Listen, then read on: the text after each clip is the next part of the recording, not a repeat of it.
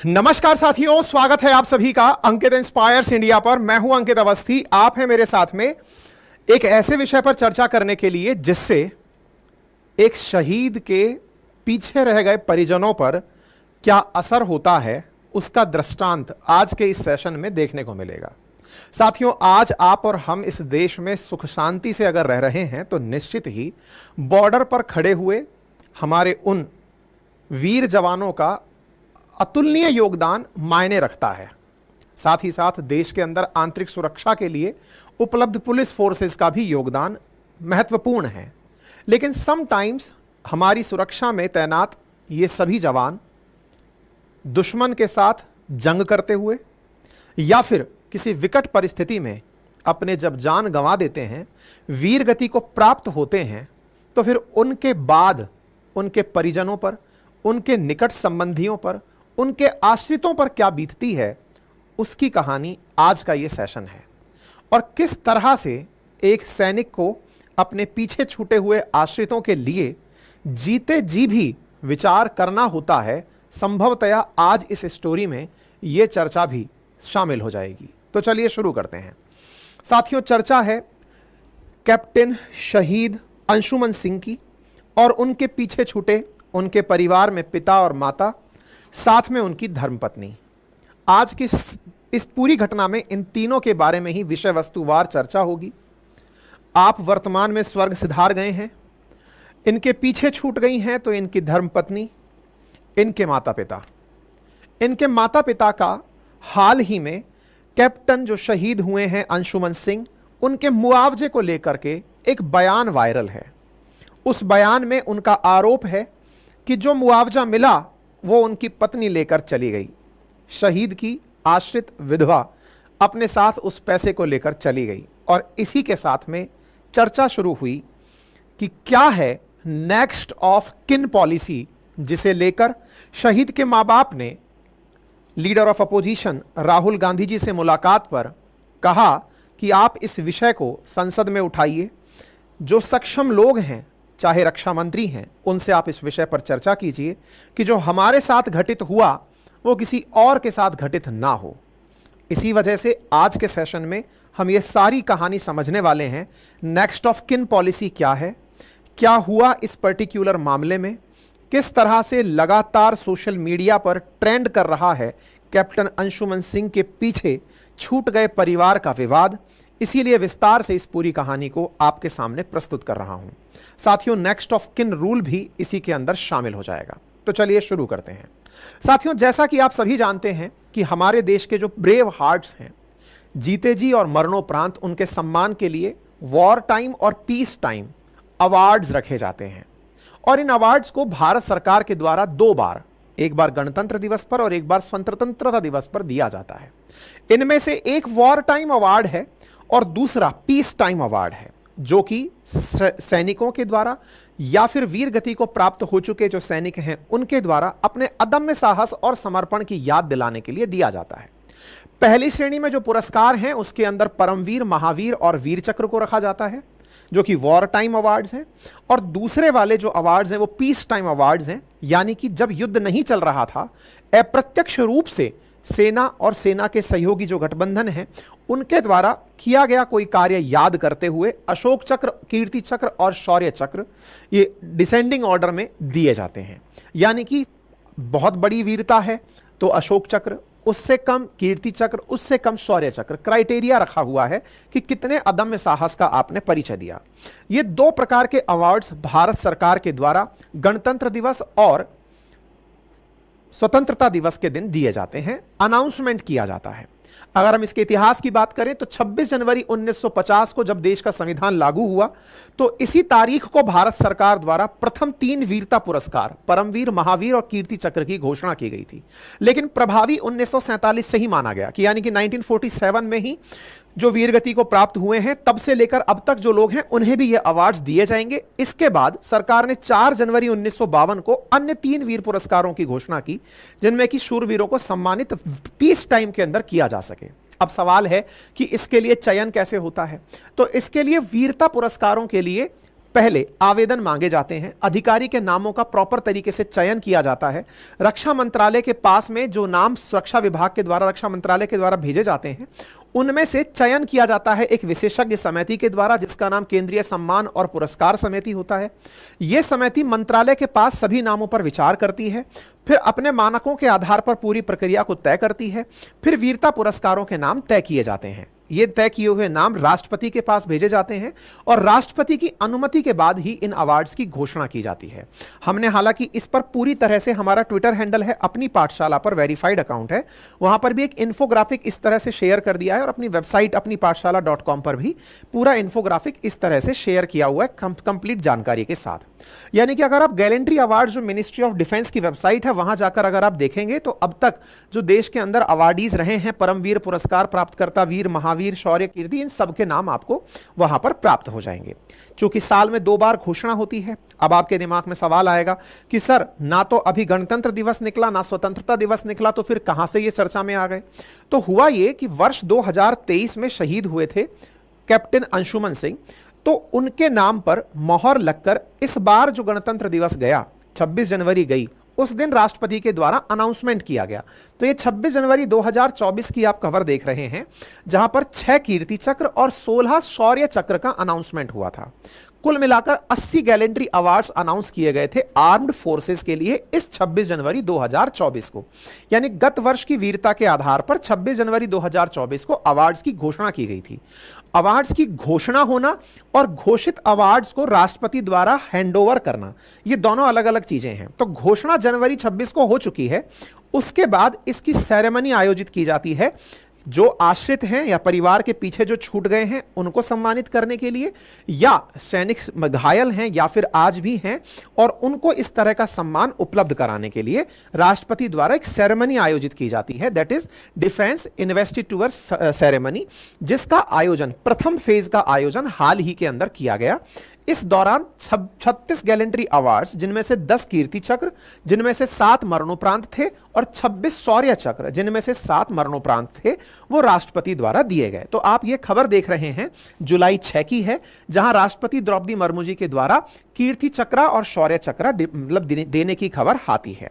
ये जो 6 जुलाई की न्यूज है, इसी न्यूज में अगर आप नीचे चलकर पढ़ेंगे तो आप पाएंगे कि यहां पर कैप्टन अंशुमन सिंह, जो कि आर्मी मेडिकल कॉर्प्स से थे, उन्हें भी अवार्ड दिया गया है। यानी कि ये उस दिन की सुर्खी है जिस दिन ये अवार्ड दिए गए। उस दिन के अखबारों में कुछ इस तरह की तस्वीरें छपी थी, जिसमें प्रेसिडेंट मुर्मू के द्वारा गैलेंट्री अवार्ड्स जब दिए गए थे तो उनकी तस्वीरें सामने थी। इन्हीं में से एक तस्वीर, ये जो आपको दिख रही है, ये सोशल मीडिया पर बहुत ज्यादा वायरल हुई। इतनी वायरल हुई कि राष्ट्रपति जी के नाम से जो यूट्यूब चैनल बना हुआ है, उसके मेन थंबनेल पर यह तस्वीर लगी है। यानी कि गैलेंट्री अवार्ड जो राष्ट्रपति जी के द्वारा दिए गए, जिनमें से कीर्ति चक्र दिया गया अंशुमन सिंह को, उनके लिए सारी जानकारी का, मतलब इतने सारे जो अवार्ड्स और डिस्ट्रीब्यूट हुए, लेकिन उसमें जो मेन चेहरा बनकर आई तस्वीर, वो ये तस्वीर थी। इस तस्वीर में जिनका जिक्र था वो था कैप्टन अंशुमन सिंह का, जो कि जुलाई 2023 में शहीद हुए थे। आपकी पोस्टिंग सियाचिन ग्लेशियर में थी। आप 26 पंजाब बटालियन के 403 फील्ड में अस्पताल में रेजिमेंट मेडिकल ऑफिसर के रूप में तैनात थे, यानी कि पेशे से आप डॉक्टर थे, सेना के अंदर एएफएमसी के थ्रू मेडिकल सर्विसेज में जाते हैं। तो आप सियाचिन ग्लेशियर में 19 जुलाई 2023 को बुधवार की सुबह करीब 3:30 बजे भारतीय सेना के गोला बारूद बंकर में शॉर्ट सर्किट की वजह से जो आग लगी थी, उसमें आप शहीद हुए। आप यहां पर देखते हैं कि यहां पर कई टेंटों में आग लग गई है, जिसकी वजह से उनके कई साथी बंकर में फंसे रह गए। अपने साथियों को बचाने के लिए अंशुमन भी बंकर में कूद पड़ते हैं। अपनी जान की परवाह किए बिना अंशुमन ने 3 जवानों को वहां से सुरक्षित बाहर निकाला। हालांकि इस हादसे में जब वो बुरी तरह झुलस गए तो उन्हें एयरलिफ्ट करके चंडीगढ़ लाया गया, लेकिन उन्हें बचाया नहीं जा सका। इसी क्रम में इनके परिवार में इनकी धर्मपत्नी और इनकी माताजी, दोनों को आप यहां पर राष्ट्रपति के सामने देख रहे हैं। जरा इस वाले वीडियो को एक बार देखिए। आप इनकी धर्मपत्नी हैं और आप इनकी माताजी हैं। आपने 19 जुलाई 2023 को वहां स्थित चंदन ड्रॉपिंग जोन में हुई भीषण अग्नि दुर्घटना के दौरान इनके बारे में राष्ट्रपति जी के द्वारा जो कार्यक्रम आयोजित किया गया, उसमें ये सारी जानकारी। इसी दौरान मेडिकल इन्वेस्टिगेशन शेल्टर को आग की चपेट में आता देख संभवतः आप पीछे की आवाज बेहतर तरीके से ना सुन पा रहे हो, तो मैं आपको जो बातें बता चुका हूं वो पूरी तरह से अनाउंसमेंट हुआ। लेकिन अब अगर आप इनका फेशियल एक्सप्रेशन देखें, जो मीडिया ने बहुत ज्यादा तरीके से कैप्चर किया कि किस तरह पथराई हुई आंखें बिना रोए अपनी बातों को बयान कर रही हैं। इनके चेहरे का जो भाव था वो बहुत से लोगों को झकझोर कर रख दिया। इस चेहरे के भाव ने, जिसमें शहीद की विधवा जो पीछे छूट गई हैं, अपने पति के बारे में जब अनाउंसमेंट सुन रही हैं तो आंखों से आंसू तो नहीं आ रहे हैं, लेकिन गले से गटकती हुई जो सांसें हैं वो दिखाई दे रही हैं। इस तरह का भाव लोगों के मन में आया कि क्या बीतता होगा उन लोगों पर जो शहीदों के पीछे रह जाते हैं। अक्सर हम वीरता में परिवारजनों की उस शहादत को भूल जाते हैं जो बेटे के साथ साथ उन्होंने भी दी होती है। कोई अपना पति खोता है तो कोई अपना बेटा खोता है, कोई अपना भाई खोता है तो कोई अपना पिता खोता है।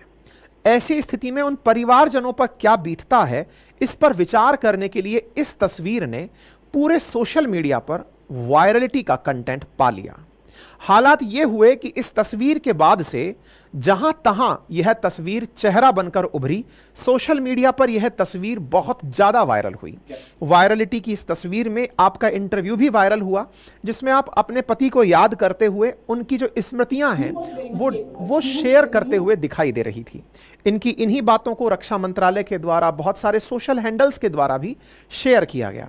आपका वो दृश्य भी निकलकर जब आया जिस समय पहली बार पता चला कि कैप्टन अंशुमन नहीं रहे, तो आपके चेहरे के जो भाव थे लोगों ने पुरानी सुर्खियों से निकालकर उन्हें भी दुनिया के सामने शो करना शुरू किया। हमने भी अपने ट्विटर हैंडल पर आपको ये सारी जानकारी साझा की थी, क्योंकि ये जानकारी लोगों के दिमाग में यह एक पल रुककर सोचने के लिए मजबूर करने के लिए पर्याप्त थी कि शहीद तो देश के लिए अपने प्राण को न्यौछावर करके वीर गति को प्राप्त हो गए, लेकिन उनके पीछे जो छूट गए उनके साथ क्या बीतता होगा, संभवतया देश इस बात को रुककर महसूस कर रहा था। सोशल मीडिया पर उपलब्ध इन तस्वीरों ने बहुत से लोगों को एक पत्नी की पीड़ा, एक मां की पीड़ा, परिवार के आश्रितों की पीड़ा को देखकर, रोककर सोचने के लिए मजबूर किया। इसी कारण से सोशल मीडिया पर इनकी ये तस्वीरें खूब ज्यादा शेयर की गई। मतलब इस हद तक शेयर हुई कि जहां तहां लोग अपनी तरफ से सिंपैथी और अपनी तरफ की बातें लिखते चले जा रहे थे। लेकिन अचानक इस पूरी बात में एक ट्विस्ट आता है। ट्विस्ट क्या आता है? शहीद के आश्रित माता पिता से leader of opposition Rahul Gandhi ji मिलने जाते हैं, जहां पर कैप्टन के जो माता पिता हैं वो बात करते हुए दिखाई देते हैं और कहते हैं कि सर, इस अवार्ड में जो दिक्कतें हैं उन्हें रिजॉल्व किया जाए। बोले क्या दिक्कतें हैं? बोले इसमें नेक्स्ट ऑफ किन पॉलिसी जो है ना वो थोड़ी डाउटफुल है। अब वो जो इंटरव्यू है वो आपको सुनना चाहिए। राहुल गांधी जी से बातचीत जो हुई वो शहीद के पिता अपनी तरफ से बता रहे हैं। आप कह रहे हैं कि वो तो चली गई, 5 महीने की ही शादी थी। कौन चली गई? अंशुमन की वाइफ, जिनका नाम स्मृति बताया गया है, वो तो चली गई। मेरा बेटा शहीद हो गया, हमारे पास क्या बचा? ऐसे बहुत से केस हैं जहां बहुएं भाग जा रही हैं, यानी कि विधवाएं रुक नहीं रही घर में, वो अपने साथ में उनको जो मिली हुई धनराशि है, जो सम्मान है, उसे वो लेकर चली जा रही हैं। इसी को लेकर के आपने राहुल गांधी जी से बात की और राहुल गांधी जी ने आश्वस्त किया कि वो राजनाथ सिंह जी से, रक्षा मंत्री से इस बारे में बात करेंगे। मेरा उनसे बात करने का एक ये था जो कि मैं माननीय रक्षा मंत्री जी को भी अवगत करा चुका हूं। तो पेरेंट्स की जो बातें हैं उनमें शहीद की माता के द्वारा ये कहना कि बहू तो भाग गई, इस बात को भी फिर हमने आपके साथ सोशल मीडिया पर साझा किया। इसके बारे में जानकारी निकलकर आई जिसमें परिजन कह रहे हैं कि साहब, सम्मान शहीद अंशुमन की पत्नी स्मृति सिंह और मंजू देवी ने लिया, लेकिन अब शहीद के माता पिता मीडिया से बात करते हुए अपनी तरफ से अपनी बातें रख रहे हैं और कह रहे हैं कि माता पिता ने अपने बयान में कहा कि उनका बेटा तो शहीद हुआ लेकिन उन्हें कुछ नहीं मिला। सम्मान और अनुग्रह की राशि दोनों बहू लेकर चली गई, उनका बेटा भी चला गया और बहू भी चली गई। तो अब इसका मतलब यह हुआ कि शहीद के पीछे, दिवंगत के पीछे जो लोग छूट गए उनमें माता पिता और बहू, इनको उस राशि का जिससे कि उनका जीवन संभवतया पुत्र जीवित रहता, क्योंकि भारत के सामाजिक ताने बाने में कुछ इस प्रकार का गणवेश है कि एक पुत्र जब नौकरी पर होता है तो असल में वही ब्रेड एंड बटर अर्नर होता है। कई परिवार उस धनराशि से पलते हैं। ऐसी स्थिति में बेटे का विवाह उपरांत आश्रित राशि को बहू को मिल जाना उन माता पिताओं के जीवन भर के सपने पर पानी फेरने जैसा होता है कि बेटा बुढ़ापे का सहारा बनेगा। ऐसी स्थिति में अगर बेटा नहीं है तो ना तो उसकी वजह से, जो ये कटु सत्यता है कि हमारे देश में सैनिक जहां एक और देश की सुरक्षा के लिए बॉर्डर्स पर खड़े हैं, वहीं दूसरी ओर उनको मिल रही तनख्वाह बहुत से परिवारों का भरण पोषण कर रही हैं। यही तो कारण है कि हमारे देश में सेना को रोजगार के लिए एक अच्छे अवसर के रूप में देखा जाता है। और यही वो कारण है जिसके चलते भारत सरकार के द्वारा जब अग्निवीर योजना लाई गई तो लोगों ने इसका पुरजोर विरोध किया, क्योंकि अग्निवीर अल्टीमेटली सैनिकों को 4 साल के लिए ही एंगेजमेंट दे रही थी, जिसके चलते जो भरण पोषण वाला एंगल है वो उससे पूरा होता हुआ लाइफ लॉन्ग दिखाई नहीं पड़ रहा था। यही कारण है कि आज के समय पर फिर से चर्चा होने लगी है कि शहीद की जान देश के लिए तो कुर्बान है ही, लेकिन वो जान कुर्बान करते समय अपने साथ साथ अपने परिवारजनों के भरण पोषण की व्यवस्था भी हो जाए, इसलिए वो डटा रह करके देश के साथ साथ अपने परिवार की जिम्मेदारी भी लेकर चल रहा होता है। यहीं से यह डिबेट और तेज होने लगी। मैं आपको यहां बताना चाहूंगा कि यहां पर जो भी अवार्ड्स हैं उनमें क्या क्या दिया जाता है। जैसे परमवीर चक्र जो विजेता हैं, यदि जीवित हैं या मरणोपरांत हैं, उन्हें 20,000 रुपए मासिक भत्ता मिलता है। मरणोपरांत उनके आश्रितों को मिलता है। अब ये जो आश्रित है ना, इसी को नेक्स्ट ऑफ किन कहा गया है, NOK कहा गया है। ये आश्रित कौन कंसीडर किया जाएगा? तो फिलहाल व्यवस्था यह है कि अगर शहीद अविवाहित है तो माता पिता को नेक्स्ट ऑफ किन कंसीडर किया जाता है। उनमें से भी माताजी को वो अवार्ड दिया जाता है और उन्हीं को वो पेंशन प्रदान की जाती है। वहीं अगर व्यक्ति शादीशुदा है तो उसकी धर्मपत्नी को, माताजी के स्थान पर धर्मपत्नी को नेक्स्ट ऑफ किन कंसीडर किया जाता है। लेकिन यह बात कोई नई बात नहीं है कि वाइफ को देना असल मायने में वाइफ की बाकी बची जिंदगी को ध्यान में रखकर, क्योंकि वाइफ भी हम उम्र उस शहीद के रही होती है, उसे एक लंबी जिंदगी जीनी है, उसे समाज में अपने पति के बिना अपने बच्चे के साथ उस पूरे समाज का सामना करना है। उसे धन की आवश्यकता होगी, उसे सम्मान की आवश्यकता होगी, समाज में उसको एक इज्जत मिले इसकी आवश्यकता होगी। संभवतया यही सोचकर जिन लोगों ने भी इस पॉलिसी को बनाया होगा उसमें धर्मपत्नियों को यह प्राथमिकता दी गई होगी।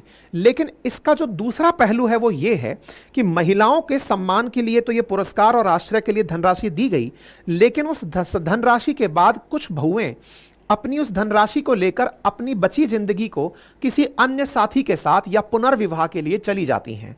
माता पिता जो आश्रित छूट गए उन्हें छोड़कर चली जाती हैं, जिसके चलते बहुओं का ये जो बर्ताव है ये भी सीनियर ऑफिसर्स के सामने जाता है कि सर अब बहू भी हमारे पास नहीं है, उसकी धनराशि भी चली गई, तो जिस बेटे को पाल पोस कर हमने बड़ा किया वो पाल पोस कर बड़ा हुआ बेटा शादी के बाद पत्नी का हुआ, देश का हुआ, माता पिता को क्या मिला। यहां पर शहीद अंशुमन के माता पिता ने बहुत अच्छे से ये बात मेंशन की, और वो ये थी शहीद अंशदीप के माता पिता ने कि साहब ये वाली जो स्थिति हमारे साथ घटित हुई है ये भविष्य में किसी और के साथ घटित ना हो, हमारा ये प्रयास रहेगा। हो सकता है कि एक बार के लिए उनके माता पिता को लोग इस नजरिए से देखें कि बेटे को क्या उन्होंने केवल धन के लिए ही समझा था, तो उनका कहना है कि नहीं, ऐसे बहुत से माता पिता हैं जिनका घर अपने बेटे की तनख्वाह से और उनकी आश्रय राशि से चलता। ऐसी स्थिति में सरकार विचार करे कि जो आश्रित हैं उनके बीच में नेक्स्ट ऑफ किन पॉलिसी को लेकर किस तरह से धन का बंटवारा या संसाधनों का बंटवारा हो सकता है।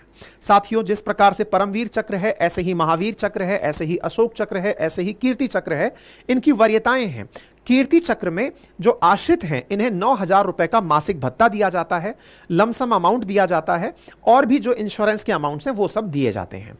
यहां पर शहीद के माता पिता के द्वारा जो बात रही उसमें कुछ बातें परिवार के आंतरिक कलेश की भी निकलकर बाहर आई, जिसमें पिता रवि प्रताप सिंह का कहना था कि बहू स्मृति ने जो बेटे को मिला कीर्ति चक्र था वो छूने तक नहीं दिया। 3-4 दिन तक दिल्ली में साथ रही लेकिन बात नहीं की। कीर्ति चक्र मिलने की हमारे पास कोई निशानी नहीं है। बहू ने एड्रेस भी बदलवा लिया है। हमने उससे मिलने की कोशिश की लेकिन उससे बात नहीं हो पाई। फिलहाल के लिए हमारे पास उनसे जुड़ी हुई यादें हैं, इसके अलावा कुछ नहीं।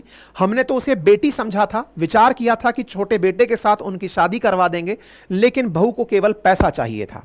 5 जुलाई को अंशुमान सिंह को कीर्ति चक्र जो मिला, उसके 3 दिन बाद राहुल गांधी जी से जब मुलाकात हुई तब यह विवाद सामने निकल कर आया।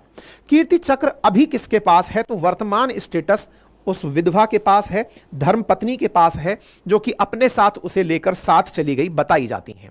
यहां पर उन्होंने जब बात करते हुए बताया कि आपकी स्मृति से कब बातचीत हुई, तो उन्होंने कहा कि साहब वह घर छोड़कर जा चुकी है, अपना एड्रेस बदलवा कर जा चुकी है। हमारे पास उनकी जो जुड़ी हुई चीजें हैं उनमें से कुछ नहीं है। प्रेसिडेंट हाउस से यह जानकारी मिली रिकॉर्ड ऑफिसर से बात करके कि पत्नी ने अपना एड्रेस भी बदलवा लिया है, और बहू से बात करने की जब कोशिश की तो बहू ने बात करने में दिलचस्पी नहीं दिखाई। और यहां पर उन्होंने साथ बात में मेंशन की कि बहू कहां रहती हैं और क्या करती है। तो इसके बारे में जानकारी मिली कि वो किसी कंपनी में, प्राइवेट कंपनी में जॉब करती हैं और फिलहाल अपने माता पिता के साथ पंजाब में रहती हैं। मेडल, इनके बारे में पूछा गया कि आप मेडल क्यों चाहते हैं, तो उन्होंने कहा कि हमारे बेटे की लखनऊ में प्रतिमा लगने वाली है और उस प्रतिमा में बेटे के कीर्ति चक्र को प्रतिमा के साथ लगाने की मंशा थी ताकि उस मेडल से सम्मानित किया जा सके, लेकिन फिलहाल उनकी तरफ से कोई जवाब नहीं मिला है। सवाल था कि सरकार से आपको कितनी मदद मिली, तो इन्होंने कहा कि राज्य सरकार की तरफ से 50 लाख रुपए की सहायता, यानी उत्तर प्रदेश सरकार की तरफ से 50 लाख रुपए की सहायता मिली। बहू को 50 लाख में से 35 लाख मिला। आर्मी ग्रुप इंश्योरेंस का पैसा मिला, उसे भी बहू ने ही लिया। 50 लाख के अलावा कोई पैसा मुझे भारत सरकार या राज्य सरकार से नहीं मिला। इसका मतलब इस 50 लाख में से 35 तो बहू को मिला, 15 लाख संभवतया परिवारजनों को भी मिला है। यहां कीर्ति चक्र को लेकर विवाद हो रहा है, लेकिन माता पिता कह रहे हैं कि हमें कुछ नहीं मिला है। इस बारे में भी हम थोड़ा और आगे चलकर बात करेंगे। यहां उसके बारे में जब स्मृति से बात की गई तो उसने जो कहा वो ये था कि जिनकी जैसी सोच है वो वैसा ही करेंगे। फिलहाल के लिए परिवारजनों ने कुछ भी रिएक्शन अभी नहीं दिया है, लेकिन यहां पर चर्चा शुरू हो जाती है कि यह निकटतम परिजन की परिभाषा क्या है और इसमें कैसे बदलाव किया जा सकता है, क्योंकि अल्टीमेटली यह सारा विवाद शहीद के निकटतम परिजनों को लेकर है कि कौन निकटतम परिजन कंसीडर किया जाए, यानी कि नेक्स्ट ऑफ किन कंसीडर किया जाए। क्योंकि जब कोई व्यक्ति मतलब सेना में जाता है तो सेना में जाकर उसे अपनी तरफ से यह जानकारी देनी होती है। अगर वो अविवाहित हैं तो बताना होता है कि अगर उनकी शहादत होती है तो उनके पीछे इंश्योरेंस का पैसा या फिर जो उनके लाभ हैं वो किन को दिए जाएं। इसी के साथ साथ अगर वो विवाहित हैं तो वो किन्हें दिया जाए, यह शहीद से पहले एंट्री में लिया जाता है। ठीक है, तो यहां पर परिवार के सदस्य और कानूनी अभिभावक जो हैं उन्हें लेकर के काफी ज्यादा चर्चा फिलहाल के रूप में निकलकर आ रही हैं। इसी बीच में एक जानकारी यह निकलकर आती है कि जो अनुग्रह राशि है वो मां बाप को दी जाती है, नहीं दी जाती है। अगर बेटा शादीशुदा नहीं है तो वो मां बाप को दी जाती है। अब सवाल यह है कि अगर बेटा विवाहित है तो इसको लेकर के क्या प्रावधान है। तो देखिए, कहीं ना कहीं किसी ना किसी राज्य का वो बेटा होगा।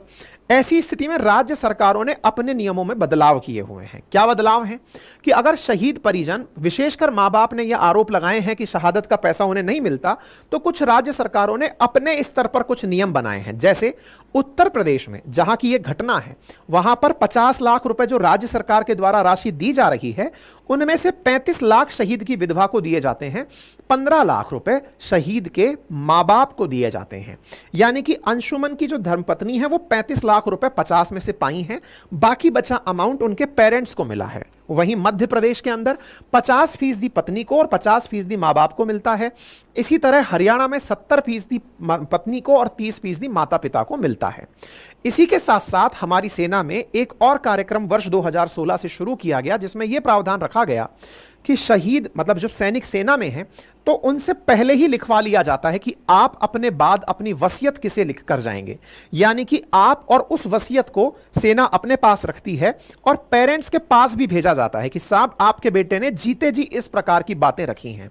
इसको लेकर के यह प्रस्ताव मतलब सेना के सामने भी चल रहा है। और फिलहाल के लिए कि अगर शहीद मतलब कोई भी सैनिक अगर है और उसे आफ्टर मतलब जब वो नहीं रहेंगे उसके बाद की स्थिति क्या होगी, इसे लेकर के सेना के सामने भी बहुत बार मसले निकल कर आए हैं। इसे लेकर के कई बार उच्च स्तरीय मीटिंग हुई है और ऐसे केसेस बराबर हैं कि अगर कहीं महिला को किसी तरह से आश्रित नहीं बनाया गया तो उसका बाकी बचा जीवन कैसे चलेगा। मतलब व्यक्ति चला गया, उसके पीछे जो छूट गए लोग हैं उनके बीच में इस बात को लेकर संघर्ष है कि उन्हें क्या मिला। मेरे प्यारे साथियों, पश्चिमी देशों में एनओके की पॉलिसी में महिलाओं को जो धर्मपत्नी हैं उन्हें ज्यादा महत्व दिया जाता है। यही कारण है कि भारत के मुद्दे में बहुत से लोगों का कहना है कि पत्नी को इतनी प्राथमिकता ना दी जाए, क्योंकि भारत का सामाजिक ताना बाना थोड़ा अलग है और इस सामाजिक ताने बाने में माता पिता का बच्चे के साथ में हमेशा के लिए कनेक्शन रहता है, इसलिए उन्हें भी बराबर की प्राथमिकता दी जाए। अब इसी विषय पर जब और खोज पड़ताल की तो फिलहाल के लिए कुछ और जानकारी निकल कर आई, और वो जानकारी क्या है? वो जानकारी ये है कि शहीद अंशुमन के मामले में सेना के जुड़े सूत्रों का कहना है, और ये खबर न्यूज 18 से हमने उठाई है। तथ्यात्मक जानकारी के लिए हमने न्यूज चैनल की कॉपी भी इसीलिए लगाई है, जिनमें से पता चला है कि जो आर्म ग्रुप इंश्योरेंस फंड है उसका 1,50 लाख रुपए पत्नी को मिला है और 50 लाख रुपए मां को मिला है, क्योंकि यह जानकारी इंश्योरेंस करते समय ही उस व्यक्ति से पूछा जाता है कि आपके बाद इस पैसे को किस तरह बांटा जाए। तो ऐसी स्थिति में अंशुमान के केस में यह वाला जो मामला है, यहां पर पैसा इंश्योरेंस का दोनों के बीच में बराबर बटा है। साथ ही साथ DSOPF यानी defence service officer provident fund जो सैनिक जमा करता है वो पत्नी को मिला है। वहीं इस बात की भी जानकारी आ रही है कि राज्य सरकार की तरफ से जो 50 लाख दिए गए थे उनमें से 15 लाख उनकी मां को मिला है और 35 लाख रुपए उनकी पत्नी को मिला है। इसके अलावा पत्नी को ऑर्डिनरी पेंशन मिलना शुरू हो चुकी है। वहीं बैटल कैजुअल्टी के मामले में पहले कोर्ट ऑफ इंक्वायरी होती है, उसकी जांच पूरी होने के बाद लिबरलाइज पेंशन यानी कि जो लास्ट ड्रॉन सैलरी है वो मिलना शुरू होती है। इसका मतलब यह हुआ कि यहां पर मां बाप को भी पैसा मिला है। ऐसी जानकारी अब सूत्रों के द्वारा सोशल मीडिया पर आ रही है, न्यूज चैनलों में आ रही है। यानी कि यह कह देना कि बहू सब कुछ लेकर चली गई, यह अधूरा सत्य फिलहाल के लिए प्रतीत हो रहा है, क्योंकि न्यूज वाले इसे सूत्र के मुताबिक लिख रहे हैं। पुख्ता जानकारी तो संभवतया जब स्मृति खुद निकलकर सामने आएंगी तब वो देश को बता पाएंगी कि असली वास्तविकता क्या है।